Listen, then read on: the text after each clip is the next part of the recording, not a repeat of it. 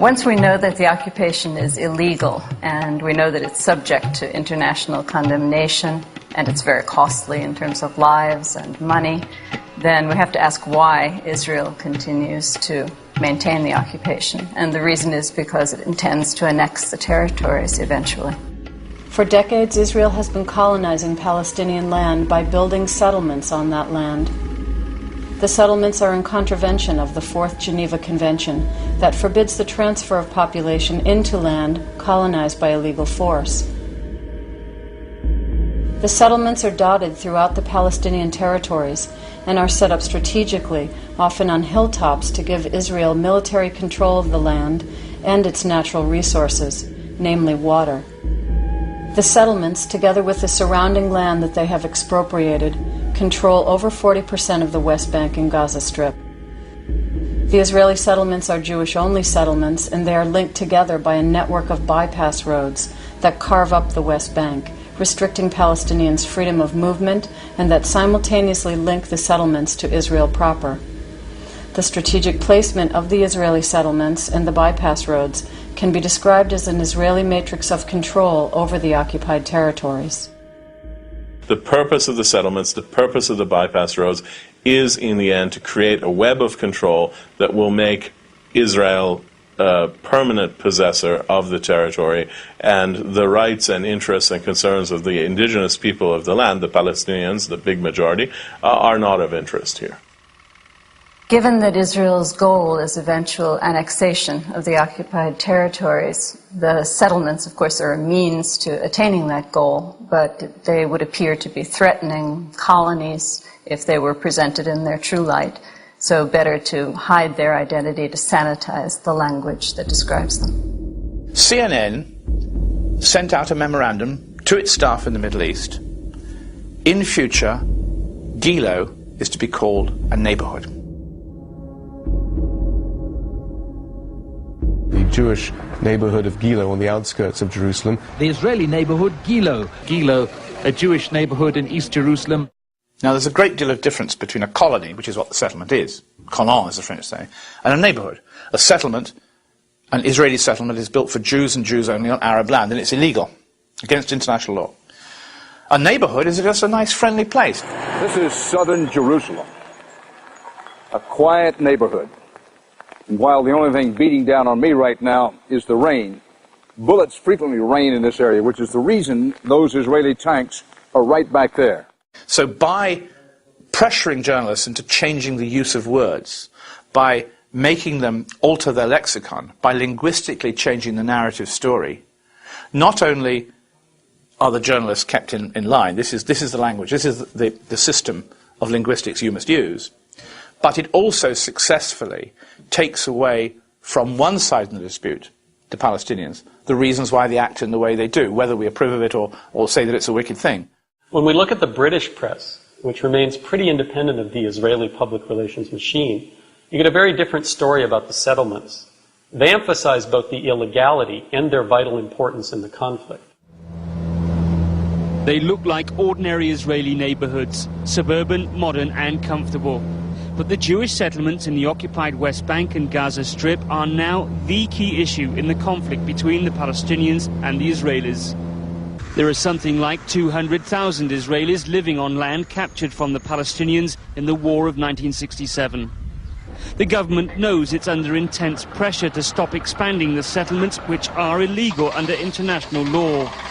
But the people left with no choice are the Palestinians. They see every new Israeli building on occupied land as a gross violation of their sovereignty, and they insist that the Israelis must stop all building. In contrast to British coverage, in American news coverage, the settlements are downplayed, and questions regarding their legality are rarely raised. In fact, there are times when they're flat out legitimized and defended. Israeli settlements are so interspersed throughout Palestinian territory that a border around them all would be too long to defend.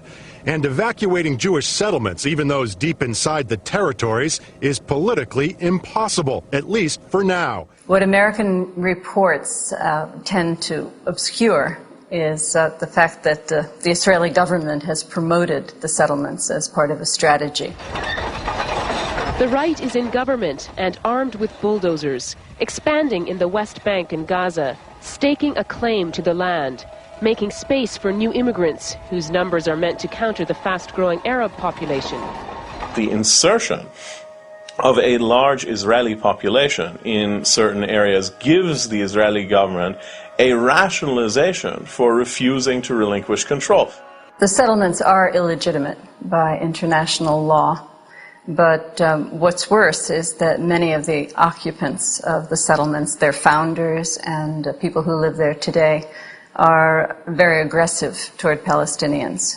They go around fully armed, submachine guns, they carry grenades, and they frequently threaten Palestinians. In Hebron, settlers initiated more clashes. They say they're tired of coming under attack. But their communities are illegal under international law. They set fire to Palestinian fields, smashed cars and vandalized shops. And all this during what's still being called officially a ceasefire. Settlers have vowed to intensify protests against the ceasefire. They want Ariel Sharon to hit back. Some of them have already carried out their own vigilante attacks on Arab villages. They're sitting 100,000 settlers in little settlements all over the West Bank, inside or very near Palestinian places, and they're treating the Palestinians in patronized way, violent way. They're not saying live and let to live. They're trying to take from the Palestinians their dignity, their land, their homes, their traditional way of life. Israeli colonization of Palestinian land has been a twofold process. On the one hand, Israel has been constructing Jewish-only settlements on Palestinian land. On the other, Israel has taken various measures to drive Palestinians out. One way this has been done is by demolishing Palestinian homes. In 2.5 years since the outbreak of the Intifada, Israel has demolished over 1,000 Palestinian homes, making thousands of civilians homeless.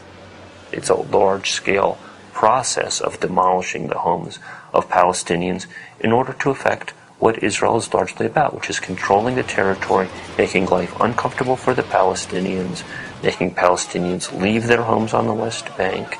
It's tacitly a gradual ethnic cleansing process. If you are a Palestinian family and you have clear and uncontested title to your land even, a clear security record, you can stand on your head.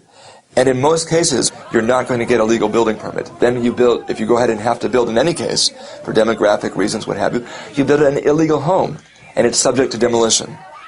And thousands of people have been made homeless this way, and today there are at least 2,000 standing demolition orders, and of course each of those orders represents a family. So basically land which belonged to Palestinian families for generations was now considered state land.